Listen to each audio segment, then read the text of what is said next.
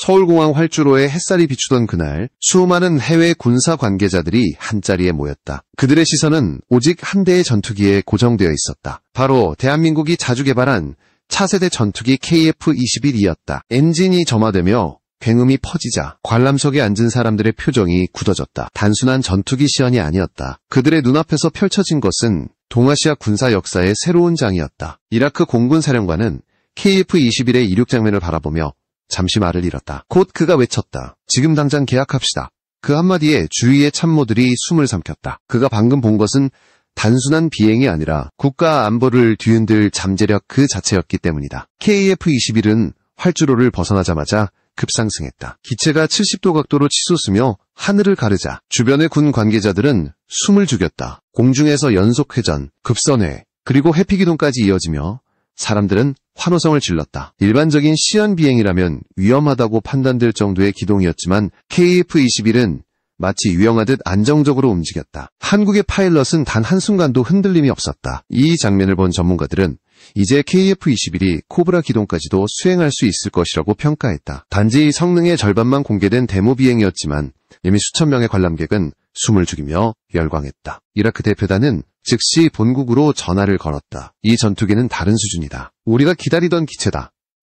그들의 목소리에는 흥분과 확신이 섞여 있었다. KF-21의 실물 비행을 본 순간 이라크의 전투기 도입 논의는 단순한 검토에서 결정으로 바뀌었다. 이미 테이블에는 협상 초안이 올려졌고 이라크 정부는 한국과의 직접 협상을 위한 외교 채널을 가동하기 시작했다. 이날 KF-21은 단순한 성능 과시가 아니라 대한민국이 이제 전투기를 수출하는 나라가 되었다는 선언이었다. 오랜 기간 동안 한국은 전차, 자주포, 방공 시스템을 수출하며 명성을 쌓아왔지만 전투기 시장은 완전히 다른 차원의 무대였다. 하늘의 기술력은 곧 국방과학의 집약체이기 때문이다. 그런 영역에 한국의 이름이 새겨진 순간 세계의 시선이 바뀌었다. 이라크가 특히 주목한 것은 KF-21의 고기동성과 신뢰성이었다. 그동안 중동 국가들은 서방산 전투기 도입에 의존해왔지만 미국의 정치적 조건과 높은 유지 비용은 항상 부담이었다. 반면 한국의 KF-21은 가격 대비 성능이 탁월했고 무엇보다 부품의 75% 이상이 국산화되어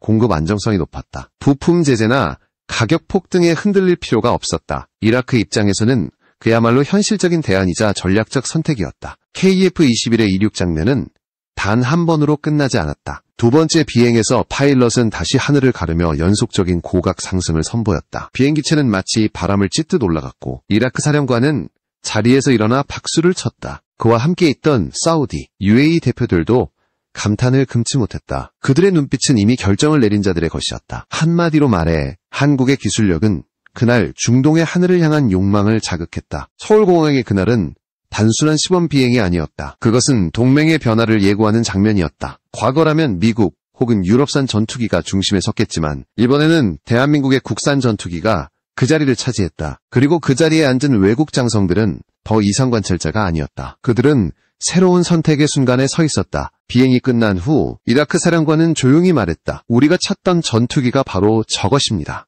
그 한 문장은 단순한 평가가 아니라 결단이었다. 그날 이후 이라크 국방부 내부 문건에는 KF-21 도입 협의 개시라는 문구가 추가되었다. 그렇게 한국과 이라크의 방산협력은 새로운 단계로 진입했다. 그리고 이는 단지 시작에 불과했다. 포스트 스톨, 즉 실속 이후 기동은 전투기의 극한 기동 능력을 보여주는 지표다. 기본적으로 항공기가 실속에 빠진다는 것은 날개가 충분한 양력을 만들지 못해 속도가 급감하고 조종 안정성이 떨어지는 상태를 의미한다. 대부분의 전투기는 실속 상태에 빠지면 곧바로 자세를 회복하려고 하거나 탈출해야 하지만 포스트 스톨 기동은 의도적으로 받음각을 극단적으로 키운 채로 기동을 이어가는 전술이다. 이 방식은 적의 시야와 관성, 유도탄의 예측을 무너뜨리고 근접 공중전에서 전술적 우위를 제공할 수 있다. 포스트 스톨 기동을 안정적으로 수행하려면 몇 가지 핵심 요건이 필요하다. 먼저 엔진의 추력 대중 양비가 1 이상에 가깝거나 1을 넘는 수준이어야 한다. 그래야 기체가 고각 상태에서 속도를 잃지 않고 필요한 양의 추력을 유지할 수 있다. 둘째로 기체의 공기역학적 설계와 구조적 강도가 충분히 뒷받침되어야 한다. 극단적인 받음각과 급격한 토크 변화가 반복될 때 기체는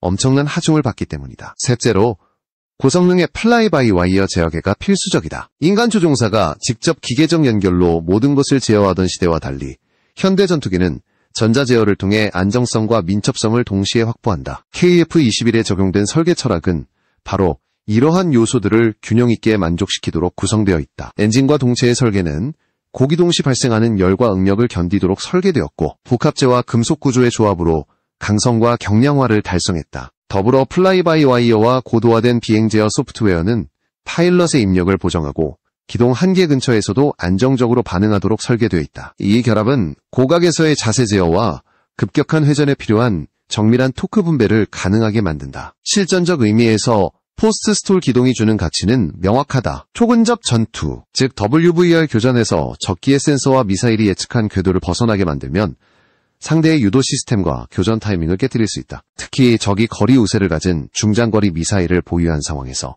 포스트 스톨 기동은 근접전으로 싸움을 끌고 들어가 승부를 뒤집을 수 있는 수단이다. 따라서 기동성은 더 이상 장식이 아니라 실전에서의 생존력과 직결되는 능력이다. KF-21의 시연에서 관측된 고각 상승과 연속 회전은 설계가 단지 이론적 성능으로 끝나지 않고 실전 파일럿이 조종 가능한 수준으로 구현되었음을 시사한다. 단, 시연은 통상적으로 최적의 조건에서 준비된 상태로 행해지므로 실전 환경의 제약과 연계한 검증이 필요하다. 전쟁에서의 초고각 기동은 연료 소모와 구조적 피로, 전자전 환경에서의 항법 안정성 등 복합적 제약을 받기 때문이다. 마지막으로 포스트 스톨 기동은 단독 능력만으로 의미가 있지 않다. 고성능 레이더와 장거리 미사일, 전자전 체계와의 통합이 있을 때 그 효과는 극대화된다. 기체가 극단적 기동으로 적의 포착을 피하거나 오버슛을 유도하면 이를 뒷받침하는 센서와 무장 체계가 빠르게 전술적 기회를 전환해야 한다. KF-21의 설계는 이러한 통합전장 관점을 염두에 두고 있어 유연한 임무 전환과 협동 전투에 적합한 플랫폼으로 평가받을 수 있다. KF-21에 탑재되는 센서와 무장 체계는 기동성만큼이나 중요한 전투력의 축이다. 우선 레이더부터 살펴보자. 첨단 능동 위상 배열 레이더는 적기를 조기에 탐지하고 추적하는 능력을 좌우한다. 현대 전장에서 100km 이상의 탐지 거리를 확보한다는 것은 전술적 우위를 크게 좌우한다. 이에 따라 조종사는 더 유리한 거리에서 상황을 판단하고 중거리 미사일을 발사할 수 있는 기회를 잡을 수 있다. KF-21은 이런 측면에서 최신형 레이더와 전자광학 센서의 통합으로 다층적 탐지 능력을 확보하도록 설계되었다. 중거리 공대공 무장으로 자주 언급되는 것은 MBDA 미티올이다. 미테어는 고체 로켓과 램제트 기반의 추진체를 활용해 비행 중 고출력 유지가 가능하며 종래의 미사일보다 엔드게임에서 우수한 기동성과 사거리를 제공한다. 특히 관성 유도와 활성 레이더 호밍 외에도 데이터 링크를 통해 중간 비행 경로를 업데이트할 수 있는 능력은 적기의 회피 기동이나 전자전 환경에서도 명중 가능성을 높여준다. 이러한 성질은 KF-21과 같은 고기동 플랫폼과 결합될 때 전투 효과를 배가시킨다. 한편 AIM-120, AAM 계열의 중거리 미사일도 여전히 중요한 역할을 한다. AMRAAM은 뛰어난 신뢰성과 실전 운용 사례를 통해 검증된 무기이며 다양한 플랫폼과의 호환성으로 작전의 유연성을 제공한다. 그러나 미티오라 같은 신형 미사일이 등장하면서 종합적인 비교 우위는 미사일의 추진 방식, 궤도 수정 능력, 종단 단계에서의 기동력에 의해 결정되는 경우가 많아졌다. F-35와 KF-21을 비교할 때 자주 거론되는 점은 스텔스와 센서 융합 능력이다. F-35는 스텔스 설계와 센서 융합 능력에서 강점을 가지며 낮은 유탑성 환경에서 생존성을 확보하는 데 유리하다. 반면 KF-21은 가격대 성능비와 기동성, 그리고 국산화율을 통한 운영비 절감과 부품 안정성에서 매력을 가진다. 무엇보다도 KF-21 설계는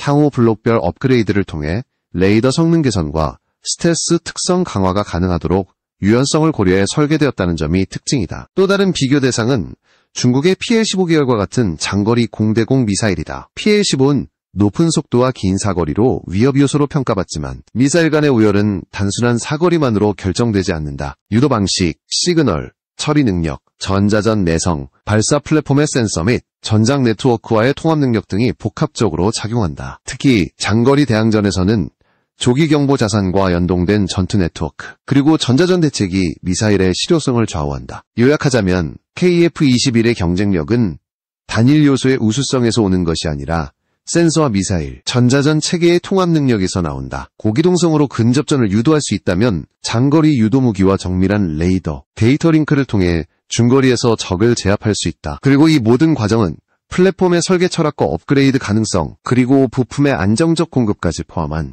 종합적 운용 체계가 뒷받침될 때 비로소 완성된다. 이라크가 KF-21을 비롯한 한국 무기체계 도입을 서두르는 배경에는 복합적이고 긴박한 안보 환경이 자리한다. 우선 미군의 감축 가능성이다. 장기간 주둔해온 미군 철수가 현실화되면 지역 내 방어 공백이 발생할 가능성이 커진다. 이라크는 지상군뿐만 아니라 공군 전력의 공백을 빠르게 메워야 했고 그 과정에서 신속한 전력 확충이 필수적이었다. 이 상황에서 선택지는 신속한 조달 능력과 운용 비용, 부품 공급 안정성으로 좁혀졌다. 둘째로 테러와 비정규전의 위협이다. 이라크 내부와 주변 지역에서 지속되는 비정규 세력의 위협은 단순한 병력 증강만으로 해결되지 않는다. 정밀 타격, 정찰 능력, 상시적인 공중 우세 유지가 결합되어야 하며 이는 고성능 전투기와 유도무기, 대공체계의 통합을 요구한다. KF-21과 함께 K2 주력전차, K9 자주포, 천궁 이와 같은 한국산 체계들은 지상과 공중을 아우르는 패키지로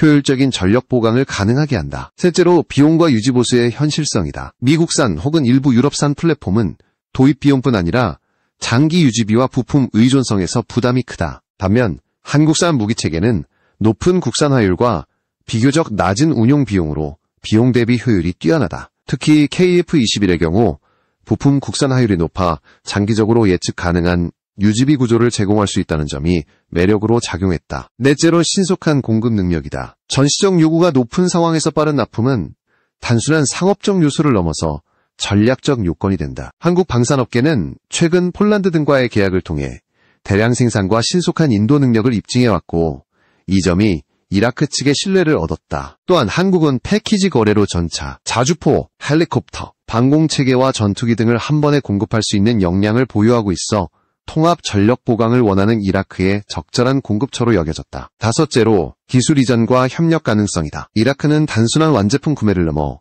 운용 인력 양성, 정비 역량 확보, 장기적인 기술 이전을 통해 자국 방산 역량을 키우려는 전략을 지니고 있다. 한국은 이전 사례에서 교육과 정비 지원, 부품 현지 조달 협력 등을 통해 고객국의 자립을 돕는 경향을 보여왔고 이러한 협력 모델이 이라크의 요구와 맞물렸다. 결론적으로 이라크의 결정은 단순한 성능 비교를 넘는 종합적인 전략 선택이다. 안보 환경의 급변, 비용과 공급의 현실성, 통합 전력 보강의 필요성, 그리고 기술 협력의 장기적 이득이 모두 결합되어 KF-21을 포함한 한국산 무기체계 도입에 대한 긴박한 결정을 이끌었다. 한국은 이러한 수요에 대응하기 위해 생산 능력 확대, 부품 국산화 가속, 그리고 해외 고객 맞춤형 패키지 제공 등을 통해 경쟁력을 강화해가고 있다. 국제 방산 시장의 시선이 KF-21로 쏠리고 있다. 중동에서는 전통적으로 미국과 유럽산 플랫폼에 의존해왔지만 최근 정치적 변수와 비용 문제로 대체 공급원을 찾는 움직임이 확산되었다. 사우디아라비아와 UAE는 이미 항공전력 현대화를 적극 추진 중이며 KF-21의 가격 대비 성능과 빠른 납품 가능성은 이들에게 현실적인 매력으로 다가왔다. 디펜스 매체들은 KF-21의 양산 초기 사진과 시험 성과를 보도하며 한국이 전투기 생산 능력을 본격화했다고 평가했다. 이집트의 관심 표명은 상징적이다. FA-50의 도입 논의와 병행해 KF-21을 검토하는 국가는 예산 효율성과 운영 편의성, 그리고 부품 현지 조달 가능성 등을 종합적으로 고려한다. KF-21의 제한 가격대가 비교적 낮고 부품 국산화율이 높아 장기적 운용 비용을 억제할 수 있다는 점이 도입 고려의 핵심 요인으로 작용한다. 또한 한국은 K2 주력전차 K9, 자주포 천궁 등 육군과 연계된 패키지 제공이 가능해 통합전력 보강을 원하는 국가의 매력적인 선택지를 제공한다. 폴란드 사례는 한국 방산의 신뢰성을 입증한 전례로 자주 인용된다. 유럽 시장에서의 실증적 납품 경험과 대량 생산 능력은 다른 잠재 고객국의 신속 인도와 안정적 공급을 기대하게 만드는 요인이다. 더불어 동남아시아 국가들, 예를 들어 인도네시아, 말레이시아, 태국 등은 상대적으로 제한된 방산 예산을 가진 가운데 실용적이고 확장 가능한 플랫폼을 선호한다. KF-21은 이러한 시장에서 비용 대비 전투력 증강을 제공할 수 있는 대안으로 주목받고 있다. 남미와 기타 지역에서도 관심은 확산 중이다. 페루 등 일부 국가는 공중 우세 확보와 구형기체 교체를 위한 실용적 대안을 검토하며 연구기관과 군사 전문가들은 올리고 있다. 단순한 플랫폼 성능 비교를 넘어 운용 능력 훈련 체계 정비 역량과 국가 간 정치적 연계성까지 종합적으로 고려해야 한다고 지적한다. 이 점에서 한국은 교육 정비 지원 및 기술 이전 패키지를 통해 고객국의 자립을 돕는 방식으로 경쟁력을 확보하려는 전략을 펼치고 있다. 무기 체계의 경쟁력은 또한 무기 고유의 성능과 더불어 전장 네트워크와의 통합 능력에 의해 좌우된다. KF-21이 고성능 레이더와 NVIDIA BTOR 같은 중거리 유도무기, 전자전 체계와 효과적으로 연동될 때 그 실전 가치는 크게 증폭된다. 여러 국가의 군 전문가들은 플랫폼 자체의 매력 외에도 한국이 제공할 수 있는 통합 솔루션, 조기 경보기 지상, 레이더 통합 정비 훈련 패키지 등 이 구매 결정의 핵심 변수라고 평가한다. 마지막으로 경제적 요인도 무시할 수 없다. 일각에서 제시된 가격표는 KF-21이 예산이 제한된 국가들의 현실적 선택지로 작용할 수 있음을 시사한다. 빠른 양산과 부품 현지 조달 협력, 장기 유지보수 계획을 포함한 패키지 제안은 KF-21을 단순한 전투기 모델을 넘는 전략적 자산으로 만든다. 이처럼 국제사회의 반응은 단순한 호기심을 넘어 실질적 도입 논의로 이어지고 있으며 한국 방산은 새로운 수출 기회를 맞이하고 있다. KF-21의 미래는 단순한 한 기종의 성공을 넘어 대한민국 방산의 체계적 전환을 의미한다. 현재 진행 중인 양산 단계는 부품 국산화와 생산 라인의 안정화에 초점이 맞춰져 있다. 부품 국산화율을 지속적으로 높이면 외부 의존도를 줄이고 공급망 리스크를 완화할 수 있다. 이는 장기적으로 유지보수 비용 절감과 작전 가동률 향상으로 연결되어 운영국에게 예측 가능한 비용 구조를 제공한다. 양산 확대를 위해서는 생산 능력의 증설뿐 아니라 품질 관리와 납기 관리가 병행되어야 한다. 단기간 내 수요가 몰릴 경우 생산 병목이 발생할 수 있으므로 한국 방산업계는 주요 부품의 다원화 공급망을 확보하고 조립 라인의 자동화 및 품질 추적 시스템을 강화해야 한다. 또한 고객국과의 협업으로 현지 정비 인프라를 조성하면 납품 이후의 신뢰도를 더욱 높일 수 있다. 경제성 측면에서 KF-21은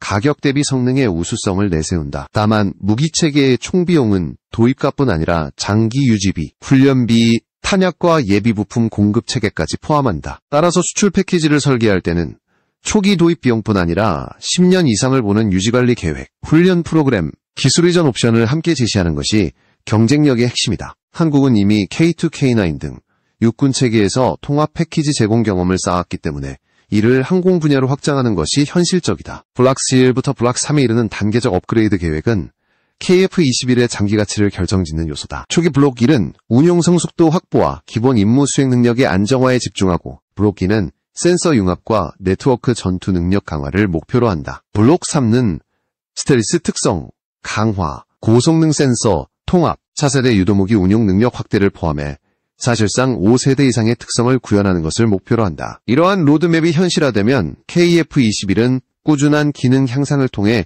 다양한 작전 환경에 대응할 수 있다. 기술 이전과 현지 산업 육성은 고객국의 선택을 좌우하는 중요한 변수다. 단순히 기체를 판매하는 것을 넘어서 정비 및 생산 역량을 일부 이전에 현지에서 부품을 조달하거나 정비를 수행할 수 있게 하면 고객국의 경제적 부담을 줄이고 장기적 파트너십을 공고히 할 수 있다. 이는 또한 한국 기업에게도 글로벌 공급망의 일부로 참여할 기회를 전력 통합 측면에서 KF-21은 조기 경보기, 지상 레이더, 통합 방공망과의 연계 운용을 전제로 성과가 극대화된다. 네트워크 중심 전투에서는 단일 플랫폼의 성능보다 전체 전투 체계의 상호 운용성이 더 큰 의미를 갖는다. 따라서 수출 협상에서는 통합 훈련과 연동 체계 구축을 포함한 패키지 제안이 경쟁 우위를 제공할 것이다. 차세대 전력으로서의 가능성도 열려있다. 레이저 무기나 고속 요격 무기, 인공지능 기반 전자전 대응 체계 등의 통합은 장기적으로 KF-21 계열의 전투 효율을 높일 수 있다. 다만 이러한 기술들은 연구개발과 대량 생산 전까지 상당한 시간과 예산을 필요로 하므로 현실적 도입 시점과 우선순위를 명확히 설정해야 한다. 경쟁 플랫폼과 비교했을 때 KF-21의 강점은 비용 효율성과 업그레이드 유연성, 그리고 국산화 기반에서 오는 안정적 부품 공급이다. 반면 스텔스 설계의 절대적 우위나 이미 검증된 센서 융합 체계에서는